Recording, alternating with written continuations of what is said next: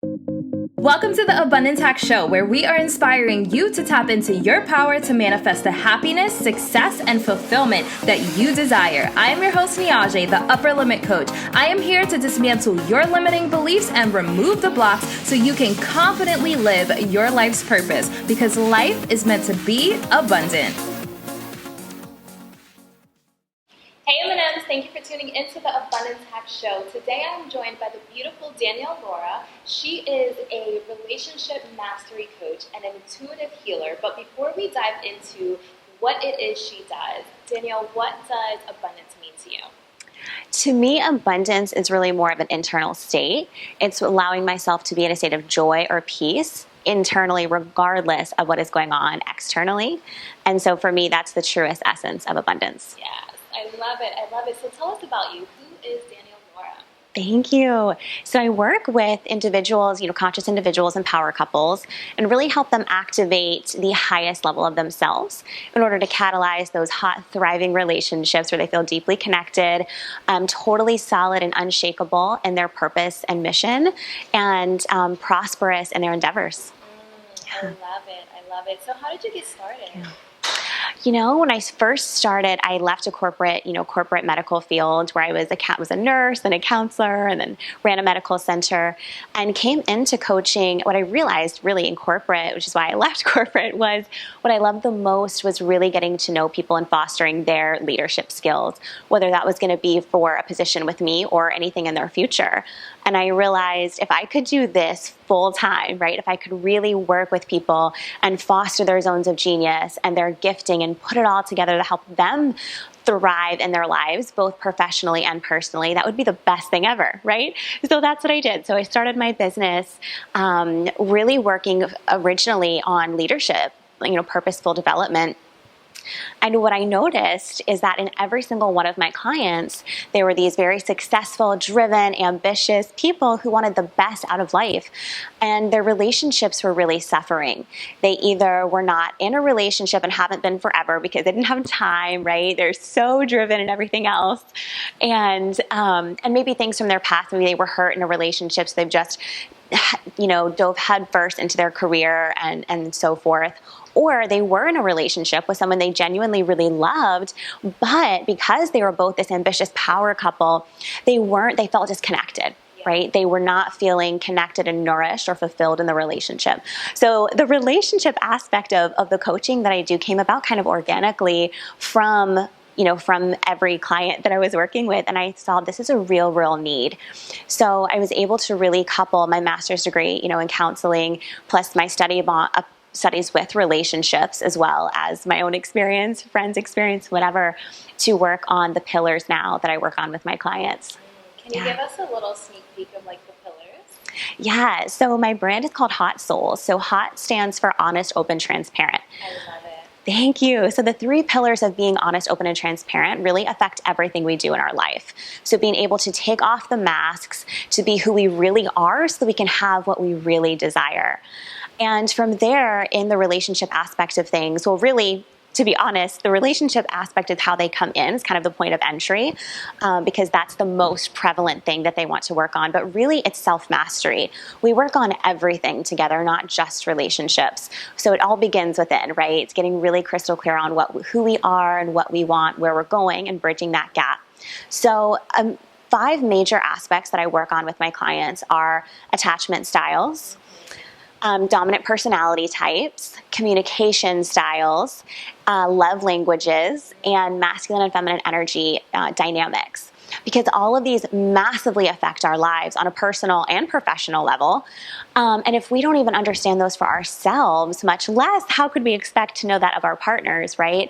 So it's when we're able to have that unshakable knowing within ourselves and be able to articulate that to our partners or to anyone, even professionally, that's when the thriving connection begins. Yes, I absolutely love it. So I recently became obsessed with attachment style, so I want to dive into that. But first, I want to ask, do you have women, because I know I've struggled with this, like women who are business owners, and there are these like strong, powerful women that have to, I guess, get in touch with their feminine side? Sure. Do you have that a lot? Absolutely. Yeah, that's a big part of the masculine and feminine energy role of things. And that really goes beyond just masculine and feminine as in male or female, right? We're talking about like the energy side of things. And typically, this was very much the case in my life as well, coming from my corporate background of being the CEO of a medical center at 26 years old and shifting into entrepreneurship and everything else. In relationships for these, women who are very like fiercely driven and ambitious, and that is their goal, right? Sometimes in relationships, we see that over domination, right?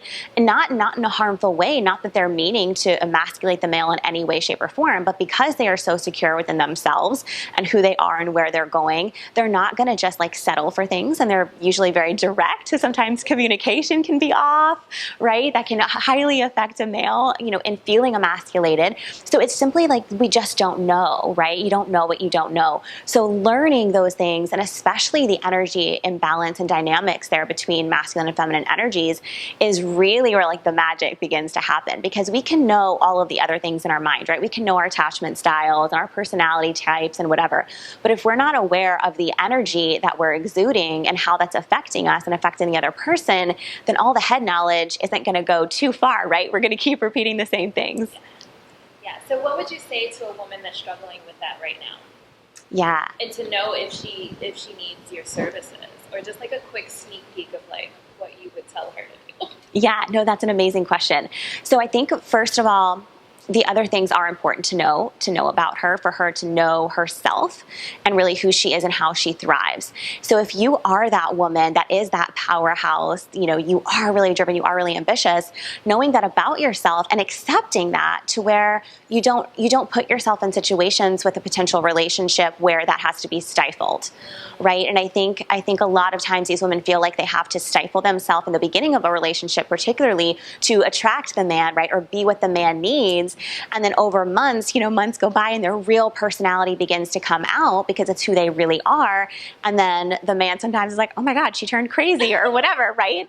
And it's like, instead, just like be that powerful presence from the beginning. And as you are, and as you are okay with that, you will attract that partner who is that as well. I think that the problem that I see is when the belief that we have to fit into a category in order to have a particular type of love in our life, rather than just being truly the most essence of who we really are. Yes, I love it. So amazing. So amazing. All right, so let's dive into attachment styles. Yeah. So I first discovered attachment styles by a book named Attached, I want to say. Okay. Attached. And it completely changed my perception of relationships, and it helped me understand myself. And it helped me understand people that I've dated and their different attachment styles. Totally. So for someone who's never heard of it, how would you explain it? Yeah, so there are 4 dominant attachment styles. So we really learn our attachment styles from childhood. It stems all the way back to essentially how we've received love or attention from our parents, right? And this is ingrained in our systems. It's not something we are consciously aware of oftentimes, but it affects everything moving forward in our life. So there is, their secure attachment where you are, essentially you're secure in your being, your energy, everything. You don't really need anyone externally for that validation or appreciation or anything like that. You're secure within. There's avoidant, where this is the type of person who doesn't like the conflict, does not want to work through things. They just avoid at all costs, right? They run from anything like that. Then you have the anxious attachment style, which is these people tend to be a little bit more clingy, right? Those type of people that need that energy, that need that attention, need that affection, need to make sure they feel secure because they don't feel secure in some way. So it's kind of that anxiousness of, I want to be with you all the time, or I want to be affirmed by you all the time, and so forth, right? Nothing bad about this. It's just different styles, different people. And then there's disorganized avoidant, which is essentially people who are, you're kind of shut down emotionally. You don't necessarily allow yourself to really feel. So you don't really emote or connect really with anything, in life, essentially. You kind of go through the motions type of thing. Yeah, I feel like there's a lot of that. Yeah. There's a lot of that. And I also think that society kind of glamorizes the avoidant attachment style. Totally. So I want to say avoidants normally are the ones who don't want to get so close, Sure. or they're like, I'm not ready for a relationship. And I think that there's a little bit of a misconception that avoidant attachment styles don't want a relationship. They may want it, but they don't make time for it, and they don't really let it in. Totally. And they find all these reasons why I can't do it. Like, I have to focus on my business, and I have to do this, and I don't have time, and I have to hit this goal. Yeah. And so that self-awareness, because I was there. I was totally there. And that self-awareness is major. So understanding like where you are, and I don't think any of them are wrong. It's just being self-aware to where you can now, like if you say you want a relationship, actually work towards a healthy relationship. Totally. We can have, that's such a great point. We can be any of the attachment styles and still have success. It's about the inner work. It's about the awareness, first of all, of what we even are. What is our attachment style to begin with? And how do we overcome parts of that to still be able to have what we want, right? It's not making it bad in any way. It's just the full acceptance of who we are and what we need so that we can have that, articulate that, and have it in our life. So what are some challenges that you had? So whether relationship-wise or business-wise that you've had to overcome that you've been able to funnel into your framework? Beautiful. For me, it was very much of the energy aspect of things, right? Like that go getter, never stopping, the hustle, the grind. I was that person, typical overachiever my whole life, right? As soon as I met an expectation, great, exceed it, on to the next thing. And it almost was like I got to this point where I was never really satisfied because I would hit the next milestone and I'm like, okay, great, check that, next. And it's like the connection piece, I think, for me was missing. It's like I was going through the motions. I accomplished a lot at a young age, but I didn't have joy in the journey at all. And so what is it worth, I remember being in corporate before I left, and just the catalyst to leaving and like looking out the window, I had my life set, right? I was golden for the rest of my career. And I thought, this is so not what I thought it was going to be. It was like that emptiness. And so for me, it was really overcoming. It was allowing myself to tune in to my truest heart's desires that I believe are put there by God for a purpose greater than anything that I could imagine or fathom in this lifetime, and getting my energy behind it 100%, allowing myself to feel into those desires, to not just live the life that everybody expected of me, or the woulds and shoulds, of people pleasing. That was a big thing for me as well. Living my life according to how I felt other people wanted me to be, and being able to just dismantle all of that and all of the ego attached to that of the things that are trying to keep you safe in your comfort zone, and essentially unleash and break free from that and allow yourself to follow the truest essence of your calling and your heart's desires, and getting your energy around that in full force. I would say that would be the thing for me that I incorporated so much into my work, because the women and men, and couples that I work with are very much that same way. And so being able to help them, reflect that back to them too, and asking them the questions of, what do you really want? I can't tell you how many times people look at me and with these huge eyes and they're like, I have no idea. I've never thought about that. And I would say too, me, even like 5 years ago, I wasn't asking myself what I wanted. I was going down this trajectory of what I thought I should do. Right? So I think the realness of coming down to, like, at the end of the day, asking yourself, what do I really want? And being able to answer it. Yeah. And I recommend people asking themselves 3 times, because the first time it's going to be a layer of what you feel you should want because of society standards. Sure. And then the second time it's going to be what you feel you should want according to what your family says you should be doing, or your partner, or your friends. And then asking yourself one more time so you can really get to the core of what you want, regardless of social norms, society standards, your parents, your partner, and really getting to what you want. And I don't think people do that enough. Right. Yeah. Abundance Box is more than a subscription box. It's a movement. Not only are you sent spiritual goodies to your doorstep, it's a commitment to yourself to not settle, to live to your full potential and manifest the life that you truly desire. For more information, go to abundancehack.com/box to receive crystals, sage, therapeutic grade essential oils, guided meditations, and access to the private Facebook group to connect with other awesome members of the Abundance Box tribe. Join the movement, because life is meant to be abundant.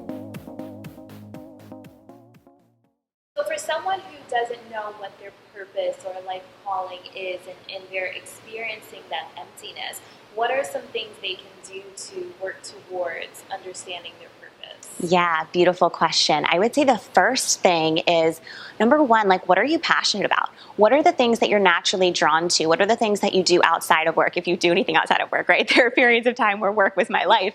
But like, what are the things, like, if you could do anything, like, what would you be doing right now? You know, what are the things, looking back in the patterns of your life, what are the things that have come really easily to you, that are almost like second nature to you? I think that's the biggest thing that people just they just kind of put it to the side because they're like, oh, well, that's just part of who I am. And so sometimes we miss the biggest essence of who we are because we think, oh, that's just part of my personality. We don't realize that's a huge gift, right? Or that can be a huge part of our purpose, right? For example, like if you're that person that everybody's coming to all the time, right? Like you're the trusted advisor friend, you know, that compassionate being. Maybe you should be a counselor or a coach or some things of that nature, right? So I think really tuning into what you're most passionate about. What are the things you could talk about all day and not get bored of? If you could do anything right now, regardless if you were getting paid $0 or $1 million, what would that thing be? That is your truest passion, which is connected to your purpose. And I think we oftentimes also really underestimate our desires, or we think that, oh, that's selfish or whatever. But I want everybody to know your desires are put there because they're connected to your purpose. So follow them, like tune into your heart and understand that that desire is not random. It is absolutely connected to your purpose. So feel into that. Do a brain dump. Make a list of all of those things, right, that you're passionate about, that people have told you you're great at, the things that you've naturally excelled at, the things you would do all day if money were no object, right? And then you're going to be able to see those themes, especially as you write this out. I highly encourage the writing it out portion, because in our brains, when we see something in black and white, something clicks in our brain, right? Rather than just thinking thoughts. It doesn't really go anywhere. But when we're able to see it on paper, we're able to see clearly what those themes are. And then it becomes really easy. It's just chasing your joy out of those things that come up. Like, what gets you excited when you're looking at that list, right? That's the thing to start following. And you don't have to see the whole staircase. I think that's another important thing to add, because if you are that driven, planful person with your life, you're going to be like, I don't know the how. Oh, I want to do this, but how, right? And then we get into overanalyzing cycles and the perfectionist cycles, and that continues. So you don't have to see the whole staircase. Just take the first step, and each next step will appear. Yes, I love it. I love it. And I think that's really important to understand. Sometimes once we commit to our purpose, the universe provides the Totally. How. Yes, absolutely. I love it. You mentioned gifts, and you are an intuitive healer. So for someone who may not know what that means, can you explain it? Sure, yeah. It's a little difficult to explain exactly like my gifting, because everybody's gifting is so unique. But I think in general, we all have intuitive and spiritual gifting. I believe every single one of us do. It's a matter of tuning into it, being aware of it, and then fostering the growth of that gift. So I really encourage anyone to tap into what those gifts are for you. Like intuitively, for example, we'll just go into this quickly. There's 4 main intuitive abilities that people have. So one is claircognizance, which is a clear knowing. So this could be the person who you just, these random things just pop into your mind all the time. You just know it. You don't know how you know it, but this random thought pops in, and there's no logical reasoning behind it, right? Then you have a clairvoyance, which is clear seeing. So this could be the person who, sees images or symbols a lot, a high visual person. Maybe you have very prophetic dreams, or you can just so highly creative. You see things like almost coming out in a movie in front of you, right? Like very much of a visionary. Then you have clairaudience, which is clear hearing, which means you actually may hear things a lot, like buzzing noises, or you're hearing vibrations of other things, right? You may also hear intuitive downloads as though it's someone speaking, and you might think you're totally crazy. Like, what, really? But that's an intuitive download coming in. And then there is clairsentience, which is what a lot of people are. It's pretty dominant for most people, which is clear feeling. So it's like you just know, it's like you feel energy, you feel vibration, you just kind of have that feeling, like most people say, that gut feeling is this. That's their clairsentience, right? When you feel in your body, you just know that you know something. Or if you're around somebody and you're feeling the excitement that they have, or if somebody is in a really tough time and you feel like their sadness, right? That's clairsentience. So all of these are spiritual and intuitive giftings that we all have, but that most of the time we're just not tapped into yet. So I really encourage you, this is a lot of the work that I do with my clients as well, because when I understood this stuff for myself and began to master it and continue to foster that growth, everything in my life exploded for the better. Everything, because that is the ultimate awareness. When you're able to use all that you are, your actual intuitive gifting, your spiritual gifting, your intelligence, your innate personality, plus your experience in life, that is when the world opens up to you. And that's when you become the most potent, invigorating version of you possible.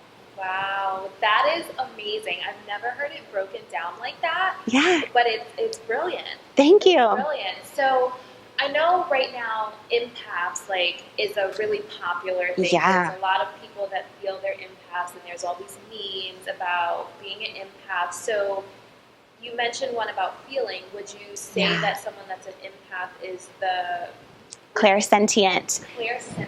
Yes, definitely. If you are an empath, you are 100% clairsentient. So here's the thing about it too is some people have all of the clairs are their dominant. Like for example, me, I have all of them are my dominant intuition types. So I use that all in my healing work with clients as well. I may get a vision for them. I may get a download. I may feel something really strongly for them, right? So you can use all of these things in different ways. However, you most receive the intuitive downloads via your dominant intuition type, right? So you might be prone to feeling energy from somebody, right? So for those who are empaths and you are clairsentient, you feel. It is so important to understand how energy works, how your energy works. Understanding your baseline is incredibly important. This is stuff that I teach. I have a little bundle about it for empaths actually because it is so important. And understanding your energy, how to ground and cleanse and protect your own energy, because you are taking on the energy of others all the freaking time. And this is something in my life years ago before I knew about energy and how to do any of this. I almost felt like I had a mental illness at times. I'm like, oh my gosh, am I bipolar? Am I feeling, why am I feeling such highs and lows? Or I was totally fine and then I was around this person and now I'm so sad, or what is this, right? So if you feel any of those things as well, reach out or find someone, go on YouTube, something to learn really about energy, because the catalyst to me transforming my life, even from health issues and other things that I had, was understanding my energy and mastering my own energy. And then, of course, if you're in a service-based business and you're working with other people, you are always taking on their energy. So learning how to protect that and remain whole in your energy so that you're not inundated with that of others is a game changer. It will absolutely change your life. Yeah, so powerful. So powerful. One thing I recommend to the M&Ms is to take inventory of their feelings and their vibrations. Yeah. Write down, who are you around that's raising your vibrations? Who are you around that's lowering your vibrations? Yeah. Because a lot of people are in autopilot 100%. and they're just going through life and they're not paying attention to energy. And right. so really being aware of that is so powerful. Absolutely. And I encourage people to do that right away in the morning. I do this every single day. I call it my baseline morning, right? And so before I even get out of bed that morning, I understand I'm in silence, right? I feel into, how does my body feel right now? Is there pain in my body? Because here's another thing to know. Your body always knows before your soul or your mind does. Your body tells you what's really going on, right? So I feel, and I'm like, okay, do I have pain anywhere in my body? What am I feeling? What are my thoughts like? Am I at peace? Am I feeling anxious over something? Whatever. I have to know what my baseline is going into the day so that I know if something is hijacking it, right? If you don't know what your baseline is to begin with, how are you going to know what's your energy or not your energy? So understanding what your energy is that day, every single morning, being in tune with that and being able to cleanse, ground, and protect yourself so that when you do go about your day and all of a sudden you're feeling some kind of way, okay, light bulb, this is not my energy. I've just taken on something from someone else. I'm going to go ahead and re-cleanse and protect my energy right now. And it can be an easy thing. You can do it right in that second. It doesn't have to be this full-blown 30-minute excursion every single day, right? You can do it right there and then. Yes. Okay, so you said cleanse, ground, and protect. So Yeah. how, for someone who doesn't know how to do that, how would someone do that? Yeah, beautiful question. So there are 3 types of ways you can cleanse your energy. There's probably a lot more, but these are kind of the 3 main ways that I teach people. You can visualize like water literally coming down over your entire body through each chakra, which are the meridian centers of our body. And you can just literally, you can close your eyes, you can set the intention. It's all about the intention, truly. Anything regarding energy is all about intention. So you can set the intention. You can literally say this in your mind, right? I set the intention to cleanse my energy. You can see that waterfall that just coming down, and you can visualize like the energy, the plagues from other people, whatever, right, just come falling off of you. Right? Another way you can do this is to breathe in the energy corresponding with each chakra. So for example, like your root chakra has the energy, the vibration of like a crimson color energy.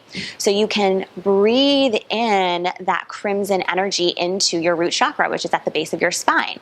And you can do that into each of the following chakras, going all the way up and down.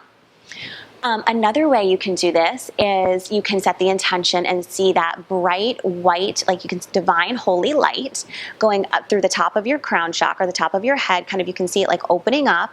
Imagine the base of your head opening up and that white light coming straight through, going down through each of your chakras as well, just cleansing you of anything that is not of the highest vibration and of the highest frequency, and setting the intention that anything of a lower vibrational frequency goes right back out and is recycled back into earth as pure loving energy.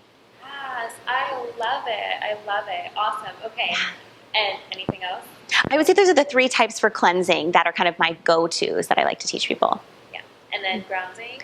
Grounding, yeah. So the 2 dominant ways that you can ground is you can kind of picture, again, it's all about the intention. So visualize and setting the intention that you can picture an anchor kind of coming out from the base of your spine. So like your tailbone, and like an anchor from a boat, for example, like pulling you down deep, deep, deep into Mother Earth. Like see it going all the way down through your spine, down your legs, into Mother Earth, down through the sand, through the volcanic ash, all the way down into the ground, right?